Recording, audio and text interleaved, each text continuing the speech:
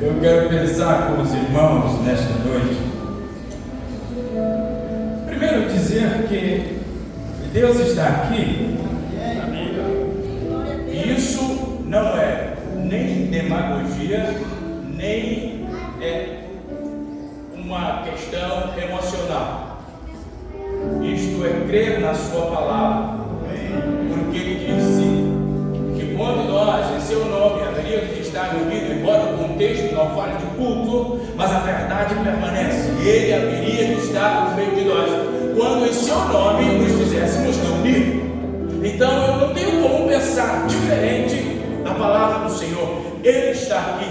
É por isso mesmo que somente Ele deve ser exaltado e louvado no nosso meio. Amém. É por isso que sempre antes de eu ministrar a palavra do Senhor, eu gosto de lembrar a mim mesmo desta verdade, mas com uma poesia. Jesus, tu és a pessoa mais importante nesse lugar. Jesus, tu és a pessoa mais importante nesse lugar.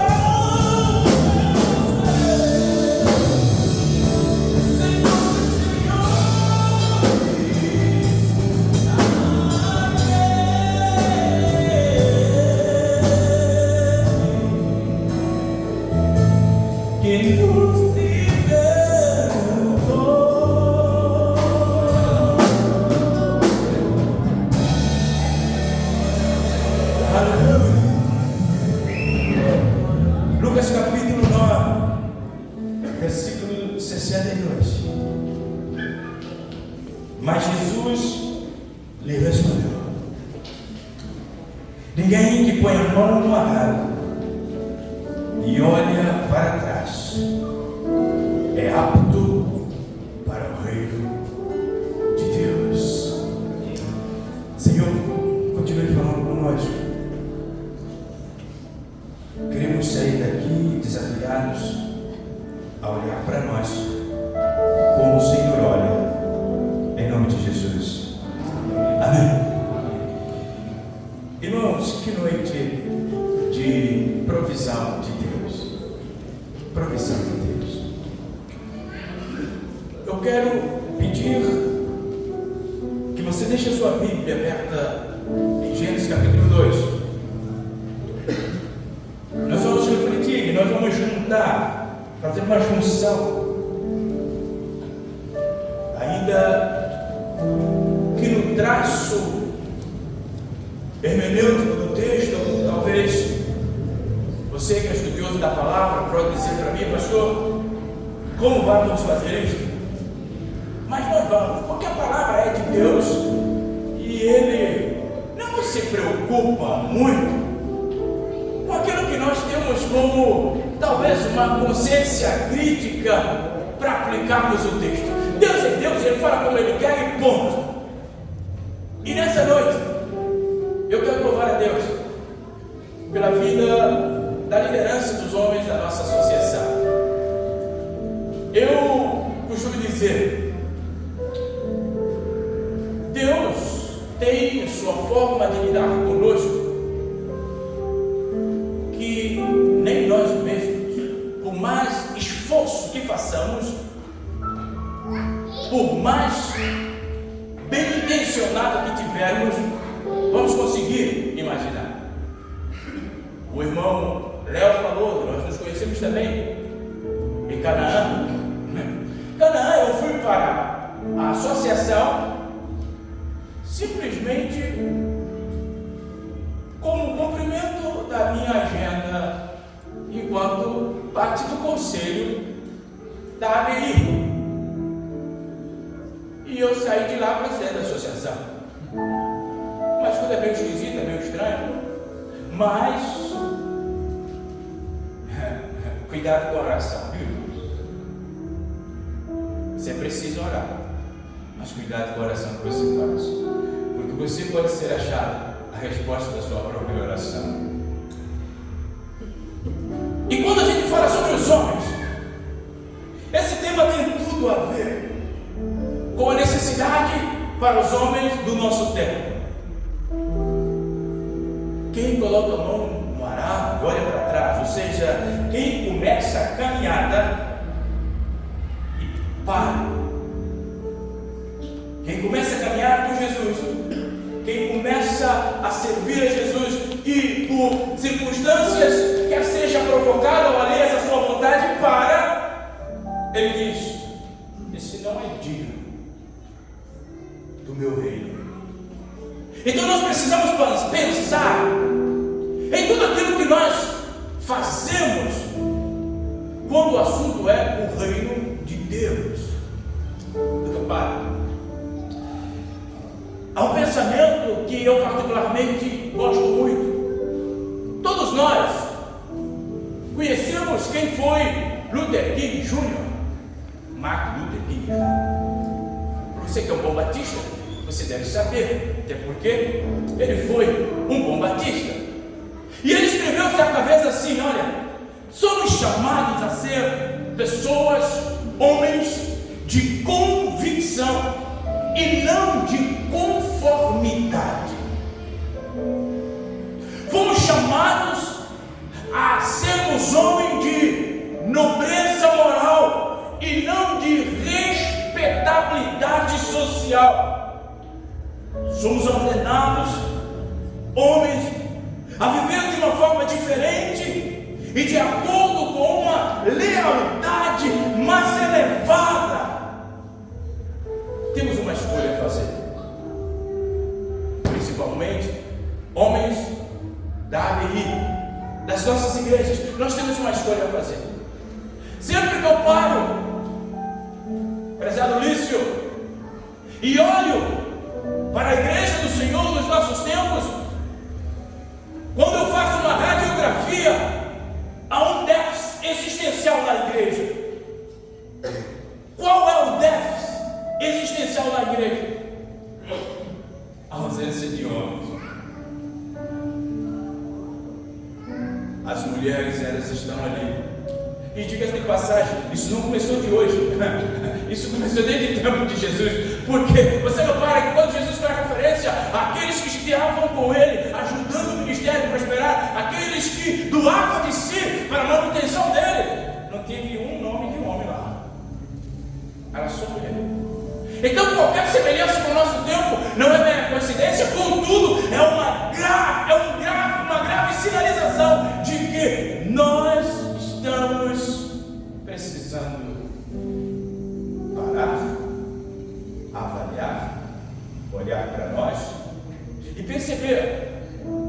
nossa participação no arado. O que nós temos feito no arado? Sabe? Quando eu penso que nós precisamos ser diferente e temos uma escolha a fazer, eu me lembro daquilo que Agostinho de Hipona, um teólogo do quarto século, que ele escreve algo bastante importante sobre nós e sobre Jesus. E ele diz sobre nós e sobre Jesus. Sobre Deus ele diz: fizeste-nos Senhor para ti, e o nosso coração andará inquieto enquanto não descansarmos em ti. Eu acho que aí você já começa a ver o porquê você anda tão inquieto. Aí você começa a ver o porquê você anda tão, como diz o outro, acertado. Porque você anda tão, mas tão aflito, simplesmente porque negligencia esta grande verdade. É que Deus nos fez para Ele, e enquanto nós não priorizarmos de forma intencional, não como secundário na nossa vida, mas como primário na nossa vida, enquanto nós não descansarmos nele, nós vamos estar sempre muito ocupados para nós mesmos e muito menos para nós. Você quer ver uma coisa? Vamos fazer na igreja alguma coisa. Inscreve-se. Sabe quem são os primeiros a se inscrever? Mulheres. E aí a gente para e fala: não, somos muito ocupados.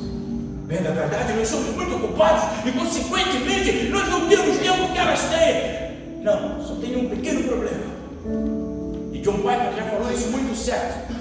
Ele disse que Deus não nos daria felicidade que contaria com a ausência dele. Consequentemente, é que eu e você, enquanto achamos que estamos buscando felicidade, ignorando a Deus, ela vai estar fugindo de nós. Homens, eu quero nessa noite te desafiar a olhar para ti mesmo. E diga-se de passagem, ouvindo mais perto da minha boca é o meu, por isso eu estou falando para mim. Olhar para nós e perceber se nós temos feito o bastante, ou talvez nós temos feito à medida da nossa conveniência. Sabe, homens dispostos a servir quem? Porque eu sei que todos nós aqui estamos servindo. A questão é quem? Até porque, repare, o servir faz parte da nossa existência. Repare, o servir e adorar, diga-se de passagem, que é a mesma coisa. Não tem como dizer adorar e negligenciar o servir. Deus nos fez para isso. Mas a questão é que nós estamos em um tempo tanto quanto diferente, muito esquisito, diga-se de passagem, e que nós estamos servindo, mas contudo não sabemos a quem. Você se lembra de Adão e Eva? Sabia que Deus, ao estabelecê-los no jardim, não lhes perguntou sobre o desejo ou não de adorá-lo? O que Deus colocou diante deles é adorar e servir. É natural a vocês. A questão é quem vocês vão servir e adorar. É por isso que Deus colocou luz lá, não aqui nós entramos em Gênesis capítulo 2. Deus não nos colocou lá porque Ele não tinha mais nada que fazer. Ele estava definindo algumas coisas bastante importantes. Vamos ver aqui. Capítulo 2, versículo 7 e versículo 8. Versículo 7, ele diz assim: e o Senhor Deus formou o homem do pó da terra e soprou nas suas narinas o sopro de vida, e o homem se tornou alma vivente. 8. E o Senhor plantou um jardim na direção leste do Éden, e ali ele colocou o homem a quem havia formado. Percebe aqui algo bastante importante, meus irmãos, é que Deus estabelece quem é o homem primeiro. Ele, ao criá-lo, a Bíblia diz aqui que Deus soprou no homem o fôlego de vida. Então, o quem de nós, homem, foi definido nesse preciso texto de Deus a nosso respeito. Nós somos seres eternos, celestiais. Já diria algum, nós não somos seres humanos da experiência espiritual, mas nós somos seres espirituais na experiência humana. Até porque, quando esta casa de barro se fechar para esse tempo, nós haveremos de continuar. Nós não haveremos de ser eternos nesse corpo, mas nós fomos feitos para a eternidade com o Senhor, porque nós temos o fôlego de vida da eternidade de Deus em nós. Então, a nossa preocupação não pode ficar única e exclusivamente aqui no já e no agora, esquecendo que há uma eternidade nos aguardando. Por isso, nosso serviço aqui, a nossa disposição de servir aqui, enquanto homens de Deus, precisa ser servir com intenção na eternidade. É por isso que as nossas igrejas precisam de mais expressão de homens que percebem a necessidade de olhar para a eternidade enquanto estão servindo. Diga-se de passagem, se eu e você nos preocuparmos só com quem somos aqui, ou seja, a reputação, só com o que nós queremos que os outros falem de nós haveremos de, infelizmente, perder o caminho da eternidade com Deus.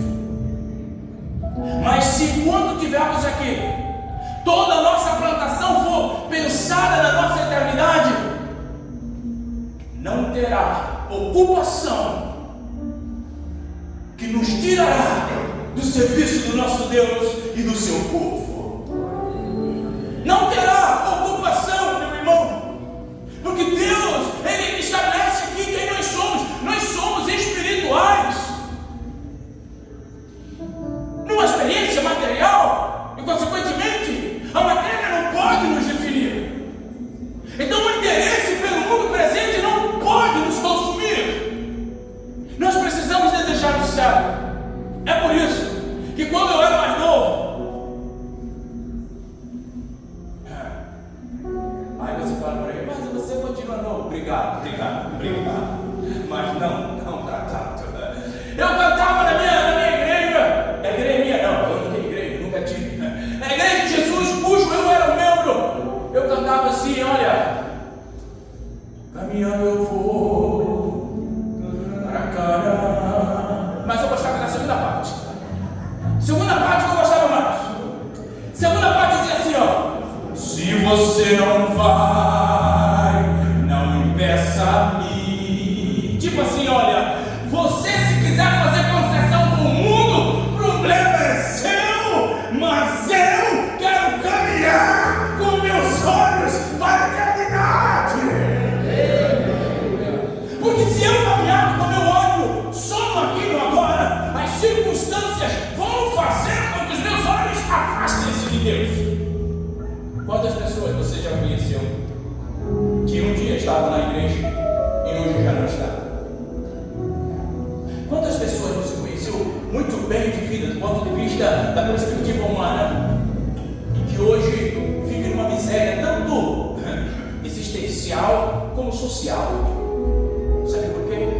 Quando os nossos olhos estão em produto das nossas mãos, tudo é prejuízo. Porque o produto da nossa mão é circunstancial. E, consequentemente, tudo que é circunstancial, escreve no seu coração, passa. E se a sua esperança estiver naquilo que passa, quando passar, aí você pode cantar igual a Juliana Som. Onde estaria eu? Quando passar. Homens! Mas Deus faz algo bastante lindo ainda aqui.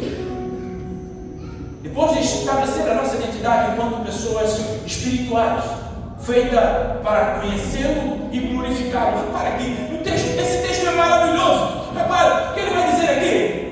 No versículo de número 8. Deus plantou o jardim e colocou o homem no meio.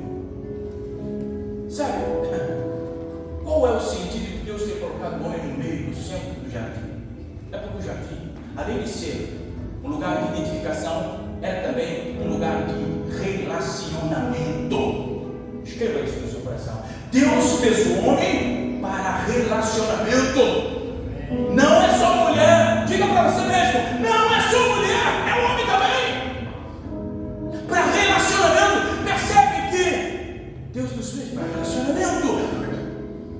Ele coloca o homem no centro do jardim, como que dissesse para ele: bem, o mais importante nisso tudo que eu fiz é você. Eu quero me relacionar com você. Tanto assim que o pastor já orou aqui e eu falo assim: meu Deus do céu, Deus é lindo. Porque quando eu estava ali, pastor levantando, você sabe a minha situação, eu estava ali ouvindo a oração dele e ele falou, Deus usou a boca dele e falou: Senhor, dai-nos a mesma graça de que teve Adão, que no final da tarde tinha a sua presença. Eu falei: meu Deus, então isso mesmo. Maravilha! Esse vai lá o nome de Deus, irmão. Sabe qual é o desejo de Deus? Se relacionar conosco, ser o nosso amigo. Mas não só de poesias, não só de domingo à noite,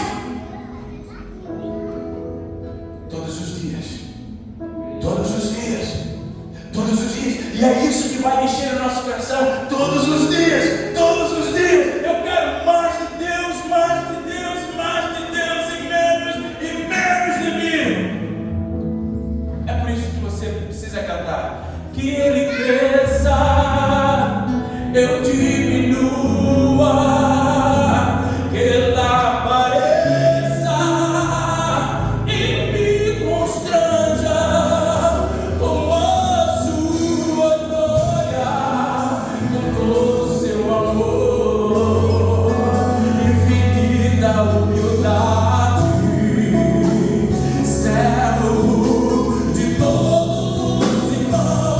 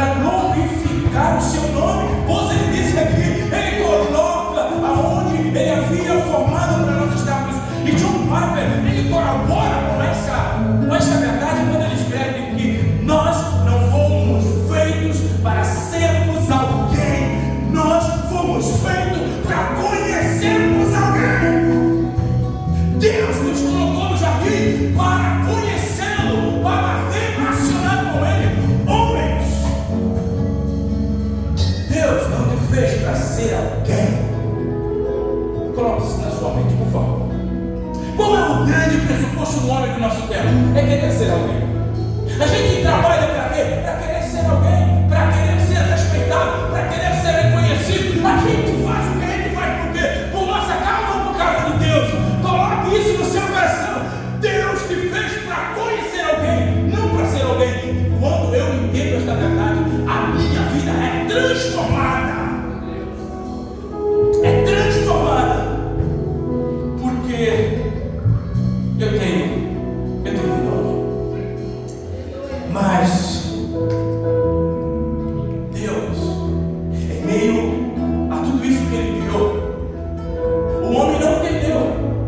diga-se de passagem. Ele coloca o homem no centro do jardim criado. Diz para o homem que ele criou para relacionamento. Só que o homem não entende. E o homem se perde nos afazeres da vida. Sabe quando? Ele negligenciou o que ele foi colocado para fazer. E ele sai cuidando das coisas. E aí, Deus pergunta ao homem: aonde você está? Não que Deus não soubesse aonde o homem está,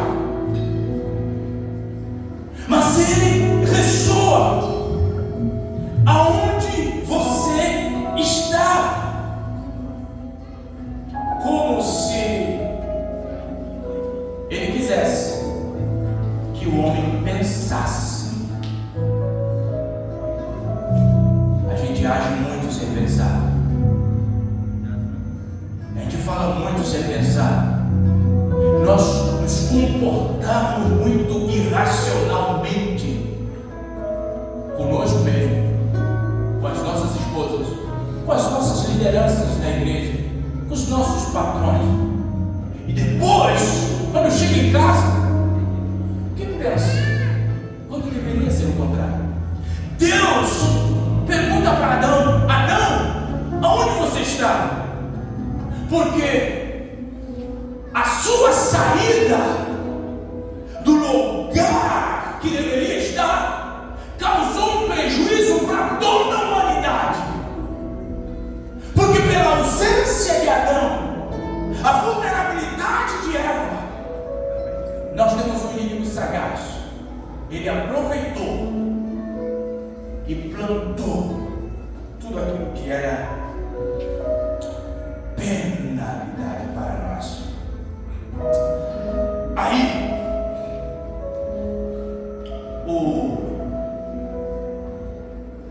meu irmão falou que eu termino, então eu fui indo. Você faz um gesto para mim que eu estiver dentro da arca, tá bom? Aí, meu irmão, nós chegamos aqui no versículo 15. Chegamos no versículo 15. E aí eu vou fazer rapidamente uma aplicação, algumas aplicações com vista de homens dispostos a servir. Versículo 15 do capítulo 2 de Gênesis. Ele diz: tomou, pois, o Senhor Deus ao homem e o colocou no jardim para cultivar e guardar. Para cultivar e guardar. Meu irmão, aqui nós temos com muita clareza o chamado para todo homem e o dever de todo homem: cultivar e guardar. Esta é a forma como o homem de Deus precisa viver. Este é aquilo que eu chamo de mandato de Deus para o homem: cultivar e guardar. Cultivar, meu irmão, faz referência a trabalhar para fazer crescer. Nós fomos otorgados por Deus esta responsabilidade de trabalhar para fazer crescer. Para Adão, fazia referência ao jardim. Para nós, hoje, faz referência à nossa casa, faz referência à nossa igreja, faz referência à nossa sociedade. O que eu, você, enquanto homem, temos produzido, temos trabalhado para fazer crescer e que leva o homem para mais perto de Deus? Na nossa igreja, na nossa casa, com as nossas lideranças. Trabalhar, cultivar, envolve algumas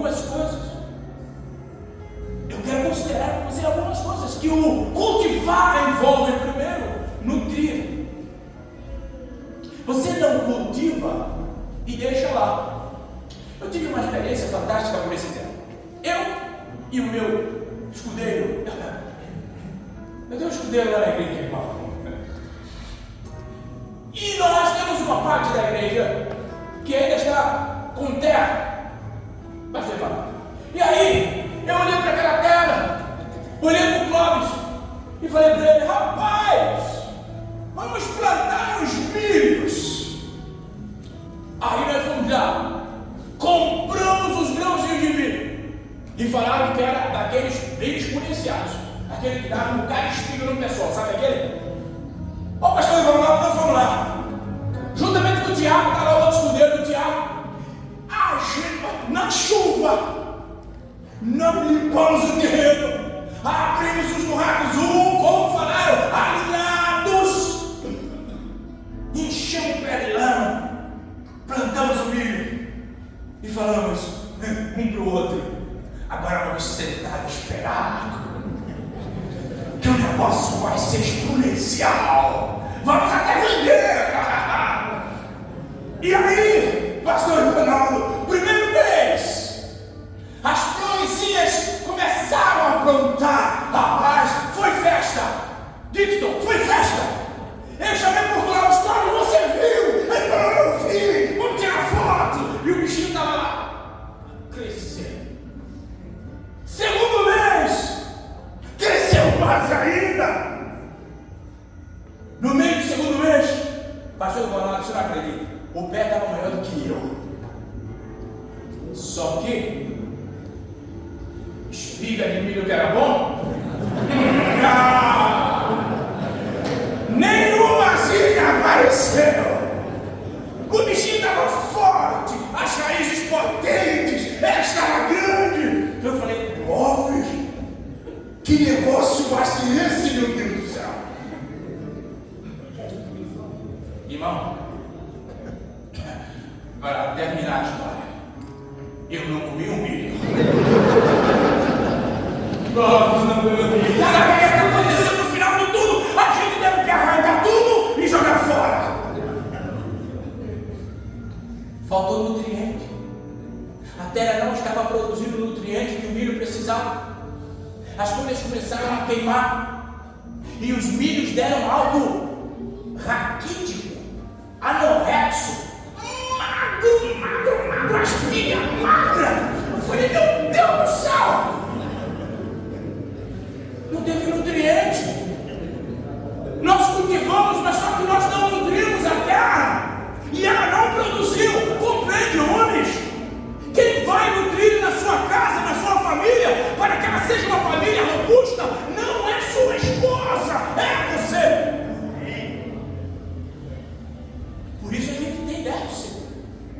Porque os homens estão simplesmente pegando e jogando as mulheres para cuidar do milho e ela não vai dar. Irmãos, quando eu vi o rapaz que eu chamei para roçar, que eu também fiquei com raiva, falei: eu não vou roçar mais. Não deu milho também, não quer saber mais. Chamei alguém, foi e roçou tudo, ficou bonitinho. Eu falei: milho. Que decepção. Mas eu acho que o milho estava olhando para mim e falando para mim: Gamaliel, que decepção. Você não me nutriu e eu morri. Você está lindo, mas você pode estar lindo de você, enquanto homem. Você pode estar fragilizado nisto e não nutrir. E tudo aquilo que nós não nutrimos morre. Mas tudo aquilo que é nutrido cresce. Mas cultivar também pressupõe cuidar. Como você tem cuidado da sua vida espiritual? Irmãos, Mateus, ele está rindo de mim porque eu acho que eu não sou bom agricultor, mas eu cuidei. Você sabe, uma vez eu estava ali no gabinete estudando e me deu uma vontade de olhar para o milho, porque eu estava com uma vontade de ver que ele ia crescer. Pastor, passei uma manhã toda debaixo do chão, no sol, regando.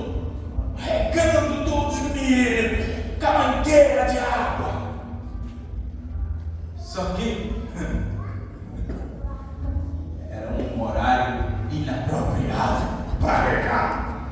Tu já foi regar meio-dia? Sou uma pessoa que não tem nada de plantação. Como esse que nos fala, eu estava lá debaixo do sol, pastor Genivaldo, regando. Mas sabe o que aconteceu comigo? Morreu. Por que morreu? Faltou cuidado. Faltou cuidado. Porque cultivar, além de nutrir, apropriadamente. Um pequeno destaque. Nós compramos um nutriente para o nosso milho. Só que o nosso nutriente, disseram que era bom, pastor Genivaldo. Chegou um plástico de nutrientes para colocar no milho. E eu, como bom agricultor, eu falei, eu vou logo para despejar esses nutrientes. Pastor Genivaldo, eu comecei a pegar uma mão assim, ó. Toma no milho. Cresce que eu quero que você é potente. Inapropriado. Queimou o milho. Você percebe que você pode estar dando alimento inapropriado para a sua família enquanto homem? Você percebe que pode estar dando, até achando que é nutriente, até vem com um rótulo que é legal, mas de forma inapropriada você está acabando com a sua própria vida, com a sua família, com a sua igreja, com a sua liderança, com seus pais. A forma com que você doseia os nutrientes pode dar vida ou pode matar. Ô meus irmãos, eu tinha tanta coisa para falar de mim, mas vamos parar por aqui, não? E já está bom. Mas nós temos outra responsabilidade, além de cultivar, guardar, meu irmão, pressupõe proteger e sustentar para o progresso já alcançado.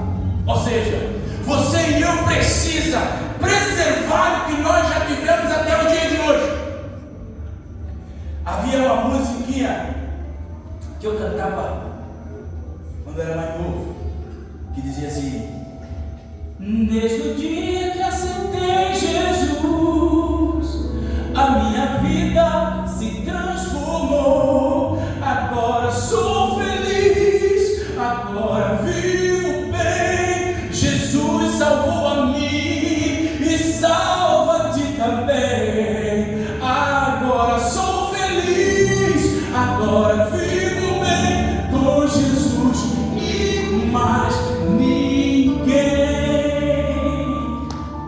Quando na nossa vida nós fazemos muitas concessões, quando na nossa vida nós usamos de muito sincretismo para viver com Jesus, a bem da verdade, nós estamos nos afastando dele e vivemos sem ser feliz, sem felicidade e prejudicando o outro, porque não vai haver progresso dentro de nós.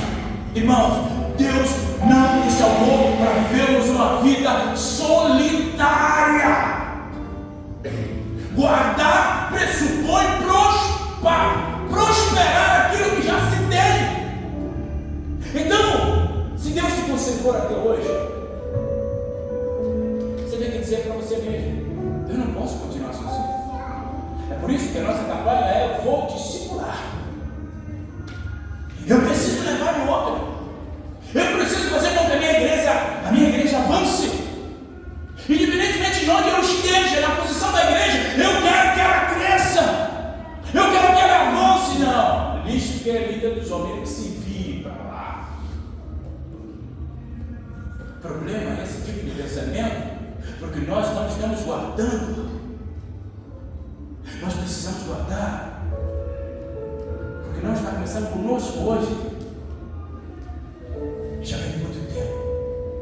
E eu e você, enquanto homem, nós precisamos saber que o progresso da nossa casa também depende de nós. Mas o guardar é fantástico, porque o guardar envolve proteger.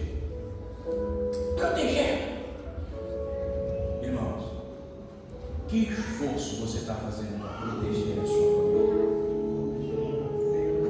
Que esforço você está fazendo para proteger a sua igreja? Que esforço você está fazendo para proteger a sua liderança?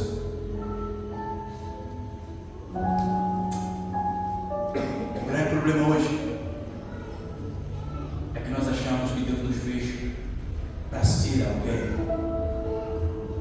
Deus nos fez para conhecer alguém e sermos transformados por este alguém. Homens, não permita que as filosofias deste tempo invadam de tal forma a tua mente e o teu coração e te coloca na correnteza deste tempo. Só que nós fomos chamados para viver contra a corrente do tempo presente.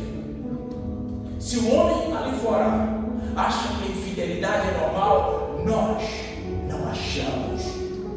Se o homem ali fora acha que a esposa, os filhos não têm nenhum tipo de dever, nós temos uma mentalidade diferente. É a nossa responsabilidade cuidar, amar, viver. Cristo disse que nós precisamos amar a nossa casa como Ele amou a igreja. Como Ele amou a igreja. E sabe o que Ele fez por a igreja? Se entregou por ela. E nós precisamos nos entregar pela nossa casa e pela igreja de Jesus. Não esqueça disso. Por vezes nós somos imbuídos de um senso de machão e a gente acha que a responsabilidade nenhuma é nossa, de quem está lá. Só que Deus nos chamou para cultivar e guardar.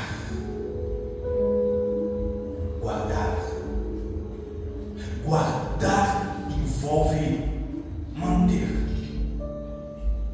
Guardar e cultivar exige de nós posturas e comportamentos diferenciados. E é nessa postura e comportamento que nós nos identificamos como um homem de Deus. Quantas pessoas você já conhece, ou talvez você mesmo identifica como um homem de Deus? E aí você diz, aquele é o homem de Deus, o único homem de Deus. Aí eu te falo, qual o padrão para essa qualificação? Talvez você diz que alguém é homem de Deus por conveniência sua. Talvez porque ele fez alguma coisa, pastor, que você gostou. Então é um homem de Deus. Só que bem na verdade, ser um homem de Deus é alguém que vive na prática, cultivando e guardando como estilo de vida, não como um tempo, não como um lema para um encontro dos homens. O servir é o seu estilo de vida. Ele serve a mãe, a irmã, a sogra, fala aí. Ele serve a igreja. Ele não se preocupa porque ele sabe que ele tem este compromisso em cultivar e guardar. Homem, eu quero terminar. Eu preciso terminar. Até porque, se eu não terminar, os meninos não vão me chamar mais. Mas eu preciso terminar. Dizendo para você que só existe uma forma de nós sermos homens de Deus, que a nossa igreja precisa, que a nossa casa precisa, que a nossa sociedade precisa. E que mensagem, como ela precisa de homens. Percebe que a fragilidade em homens está tão grande, que tem pessoas querendo ser homem, porque percebe a fragilidade dos homens. Isso é triste. Isso é triste. Mas eu vou lhe dizer, só que isso é uma realidade provocada por homens. Quando na sua casa a sua esposa tem que fazer papel seu e dela, ela tem toda a liberdade, ou na verdade, quem está mais perto dela tem toda a liberdade de achar que não tem homem. Então, pense agora na sua vida espiritual. Porque talvez você pense, não, pastor, peraí, que conversa é essa? Eu trabalho feito um condenado para levar um monte de mulher bom e melhor para minha família. E se eu falo o quê? Não tem homem? Eu continuo acertando nisso. Sabe por quê?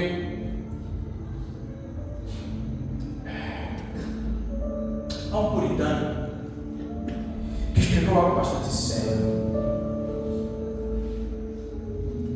Ele escreveu o seguinte: nós não podemos nos esquecer que a nossa esposa, os nossos filhos, eles são eternos, e a eternidade deles também tem implicação em nós.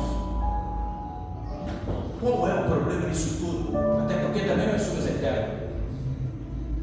A questão é só uma: é que Deus te deu como responsabilidade cultivar e cuidar. E se morre por falta de cuidado e de proteção, a culpa é de quem? Eu não comi o milho, a culpa é de quem? Minha. E do Clóvis também. Eu dividir com ele, para ficar só para mim. Então, repara, a intencionalidade no serviço, aqui está, homens dispostos a servir, a intencionalidade no serviço ao Senhor, e apenas ao Senhor, e consequentemente as pessoas que estão à nossa volta, nos faz ser um homem de Deus. Um homem de Deus não se faz com o microfone na mão. Um homem de Deus não se faz na posição em que eu estou.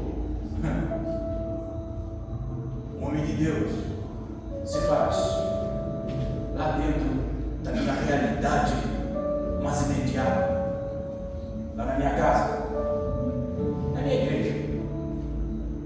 Meu pastor sabe quem eu sou? Sabe? Como pesar.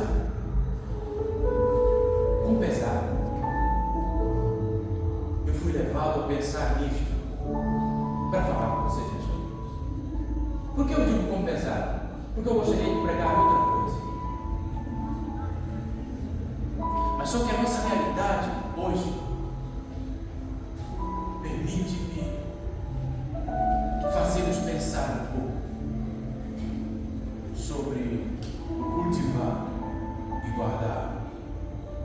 Começando em nós e todos que estão sob a nossa influência.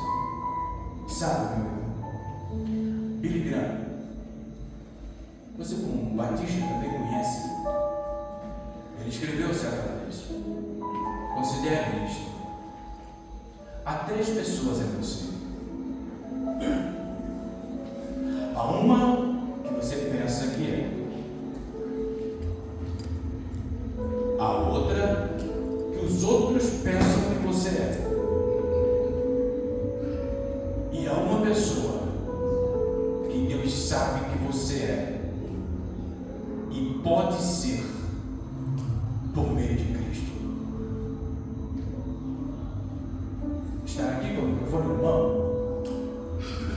pode me levar a fazê-los pensar o que eu quero que vocês pensem de mim. Só que na minha casa tem alguém que sabe quem eu sou de verdade, sem microfone na mão, sem até mesmo o meu fiel escudeiro.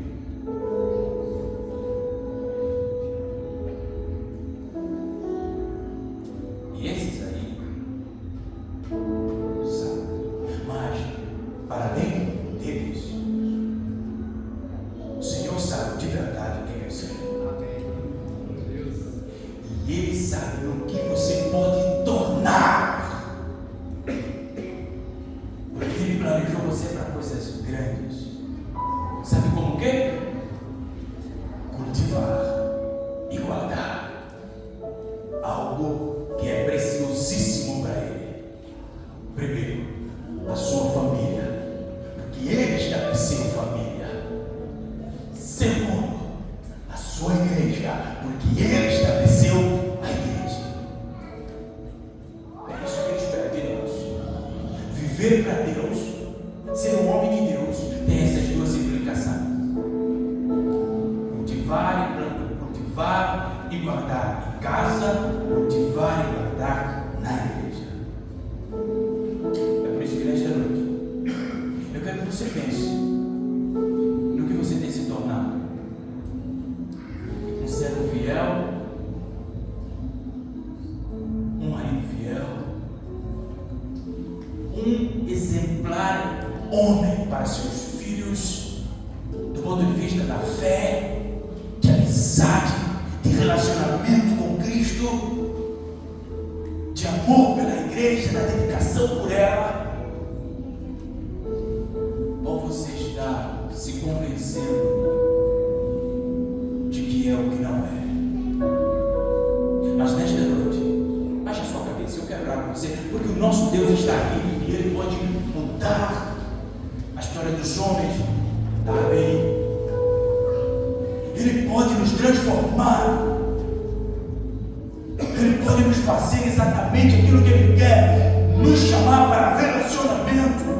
E no nosso relacionamento intencional com Deus, as pessoas à nossas voltas também serão influenciadas para o relacionamento com Deus.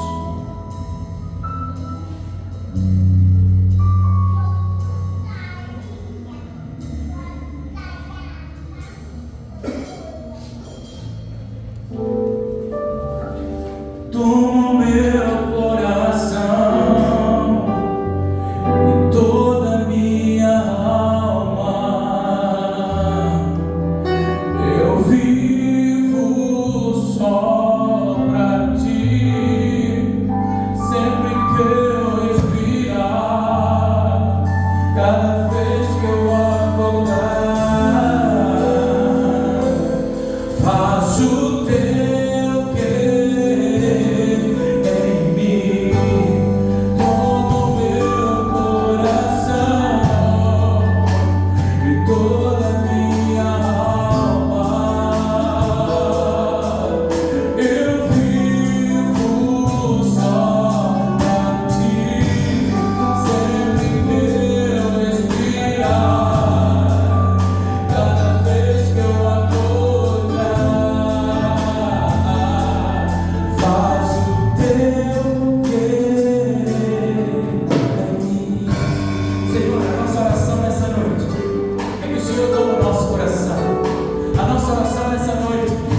faça a sua vontade em nós.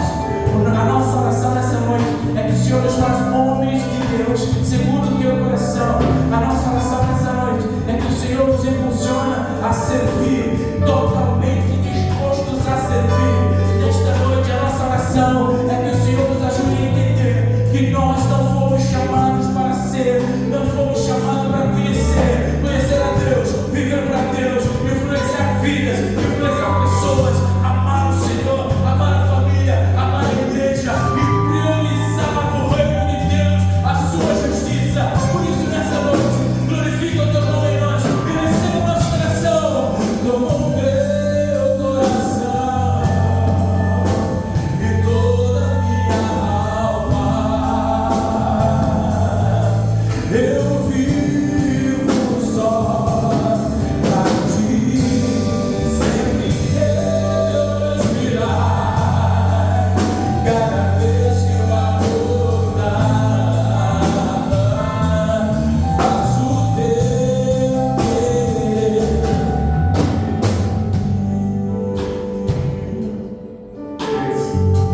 Eu me senti Pedro agora. Eu me senti um pouco Pedro, que agora um monte da transfiguração. Naquele momento ali, Senhor, vamos, fizesse uma vida dentro aqui pra mim. Vai, Deus, como eu me senti nesse instante, eu queria que o pastor Gamaliel e o Senhor continue te usando como instrumento em suas mãos.